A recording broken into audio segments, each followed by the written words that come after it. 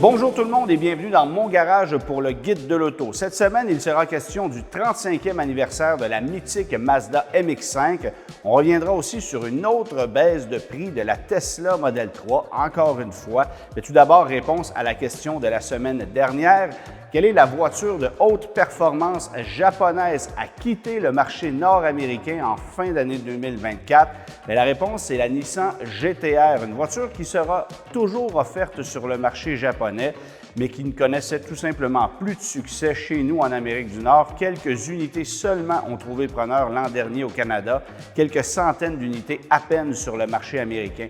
Alors Nissan a tout simplement décidé de s'en défaire. De toute façon, on a d'autres chats à fouetter chez Nissan. Il faut rattraper le temps perdu. Il y a beaucoup de véhicules qui connaissent de moins en moins de succès. Et il est évident que le prochain véhicule à succès de Nissan, ça sera la nouvelle génération du Kicks qui verra sa catégorie un peu changer, c'est-à-dire qu'on abandonnera le segment actuel du Kicks pour aller rivaliser avec des produits comme le Hyundai Kona, la Subaru Crosstrek, la Toyota Corolla Cross. En quelque sorte, le nouveau Kicks viendra remplacer le Qashqai qui a tiré sa révérence en fin d'année 2023. Alors, un produit de haute importance pour le constructeur Nissan qui en a bien besoin parce qu'on perd des parts de marché un peu partout en ce moment sur le marché nord-américain. Tesla, maintenant, qui a abaissé le prix de sa Model 3 pour une autre fois en moins de 3 mois. On avait lancé la Tesla Model 3 Highland, le modèle 2024, il y a quelques mois à peine, à un prix de 53 990 $. Ça, c'est évidemment pour la version propulsée. Vous ajoutez 10 000 $ pour le modèle Dual Motor à rouage intégral. Mais dans le cas de la version propulsée, c'était 53 990 $ plus les frais de transport préparation. On a abaissé ce prix il y a quelques mois à seulement 50 990 $. Alors, ça rendait le produit très alléchant. Et on a annoncé cette semaine qu'on abaisse le prix d'un autre millier de dollars pour l'abaisser cette fois sous le seuil psychologique des 50 000 $. C'est donc 49 990 $ que vous allez débourser pour une Tesla Model 3 2024. Et la raison pour laquelle on abaisse le prix, c'est parce que le gouvernement de la Colombie-Britannique a abaissé le seuil d'admissibilité pour les véhicules électriques à 50 000 $. Alors, pour que la Tesla Model 3 puisse être pleinement admissible à tous les crédits gouvernementaux, on a abaissé le prix sous les 50 000 $, évidemment avant les frais de transport préparation. Et évidemment, bien que ce soit une loi de la Colombie-Britannique, chez nous au Québec, on en profite.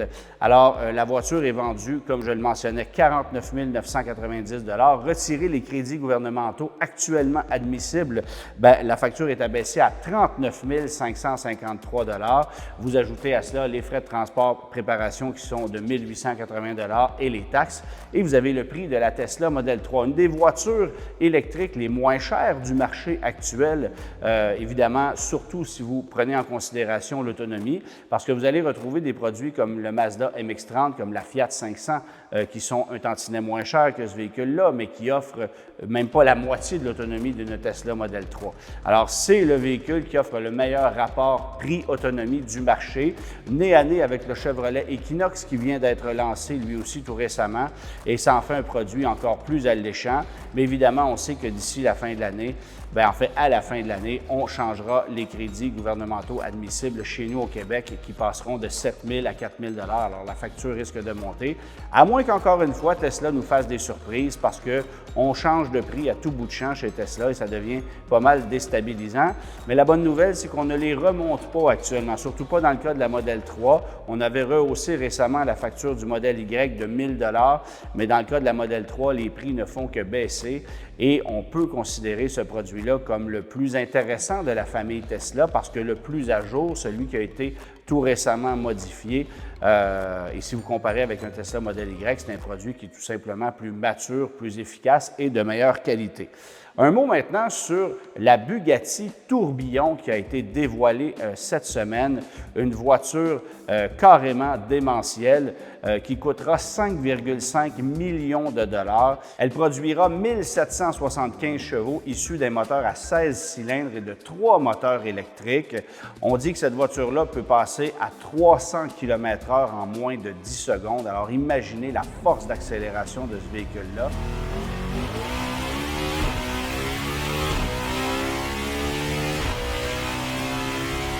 mais on n'en produira que 250 unités. Et il faut souligner que Bugatti est désormais sous le giron de l'entreprise Rimac qui se spécialise justement dans des super voitures de ce genre-là. Alors, Bugatti qui lance un nouveau modèle flamboyant à 5,5 millions de dollars. Est-ce qu'il y a une ou deux unités qui toucheront le sol québécois? Reste à voir, mais c'est probablement le véhicule le plus exceptionnel qu'on puisse tenter de se procurer cette année en 2024.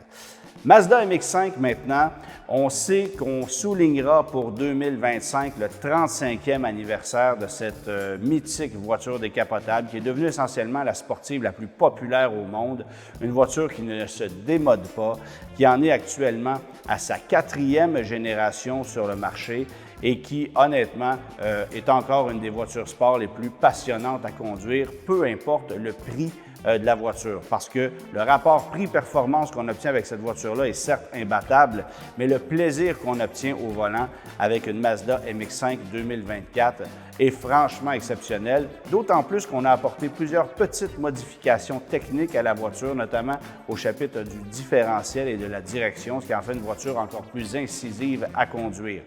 La grande question maintenant, que fera-t-on pour cette édition 35e anniversaire qu'on risque de lancer très prochainement? Évidemment, beaucoup de questions à ce sujet-là. On se souvient que la version 30e anniversaire s'était démarquée par une teinte orangée et des surpiqûres orangées à l'intérieur qui lui étaient exclusives. Mais ce qu'on aimerait voir, évidemment, pour le 35e anniversaire de ce modèle, c'est le retour de la couleur vert forest qu'on a ici. Alors, le British Racing Green, qui sied très bien à la Mazda MX-5. On aimerait revoir cette teinte-là sur la Mazda MX-5, autant en version décapotable qu'en version RF. Et ça serait intéressant de pouvoir l'offrir sur le marché nord-américain et d'en faire une édition exclusive qui serait en quelque sorte un rappel aux premières générations de la Mazda MX-5. Bon, on se souvient bien sûr qu'en 1990, lorsque la voiture a été commercialisée pour une première année complète, parce qu'il y a eu des modèles 1989 en très petite série, bien, il y avait 3 couleurs de disponibles, le blanc, le rouge et le bleu. Mais en 1991, sont débarquées quelques teintes supplémentaires et cette édition spéciale de 1991, qui était le modèle le plus huppé de la gamme, avec sellerie de cuir, avec glace électrique, avec un équipement un petit peu plus cossu et avec un levier de vitesse en bois Nardi qui lui était exclusif et qu'on a réutilisé à plusieurs reprises dans les années qui ont suivi. Alors, on verra ce que Mazda nous réserve, mais il y aura assurément une édition 35e anniversaire de la MX-5 qui ne sera pas une voiture complètement remodelée parce qu'on l'a retouchée partiellement en 2024. Mais histoire de garder la clientèle en haleine, on va certainement vouloir souligner cet anniversaire qui est fort important. Mais la Mazda MX-5, c'est certainement une signature très importante pour le constructeur Mazda et une philosophie de conduite qui est transmise à travers tous les autres produits de la marque, bien qu'entre une MX-5 et un CX-90, il y a quand même quelques petites différences. Un mot maintenant sur l'International des voitures anciennes de Granby. Ça s'en vient dans un mois à peine. C'est les 26, 27 et 28 juillet. Je serai présent à l'événement durant tout le week-end.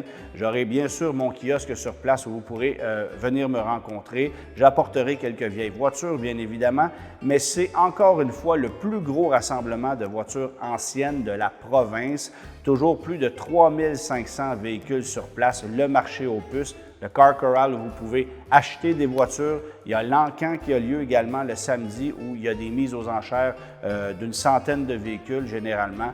Alors, c'est un événement à ne pas manquer. Vous pouvez bien sûr vous procurer des billets en ligne sur le site des voitures anciennes de Granby ou inscrire votre voiture à l'avance, mais il est également possible de le faire sur place. Arrivez cependant très tôt parce que les files d'attente se font très longues au fil du temps. Alors, on conseille aux gens de se préinscrire. Ça facilite l'entrée sur le site et ça fait en sorte que ça rend la tâche plus facile pour tout le monde. Très hâte de vous y rencontrer. 26, 27 et 28 juillet pour les voitures anciennes de Granby. Ça sera un événement franchement exceptionnel et on me dit que Mère Nature sera de notre côté cette année. En terminant, question de la semaine, quel est le véhicule de marque Cadillac le plus puissant de tous les temps? Alors, réponse la semaine prochaine.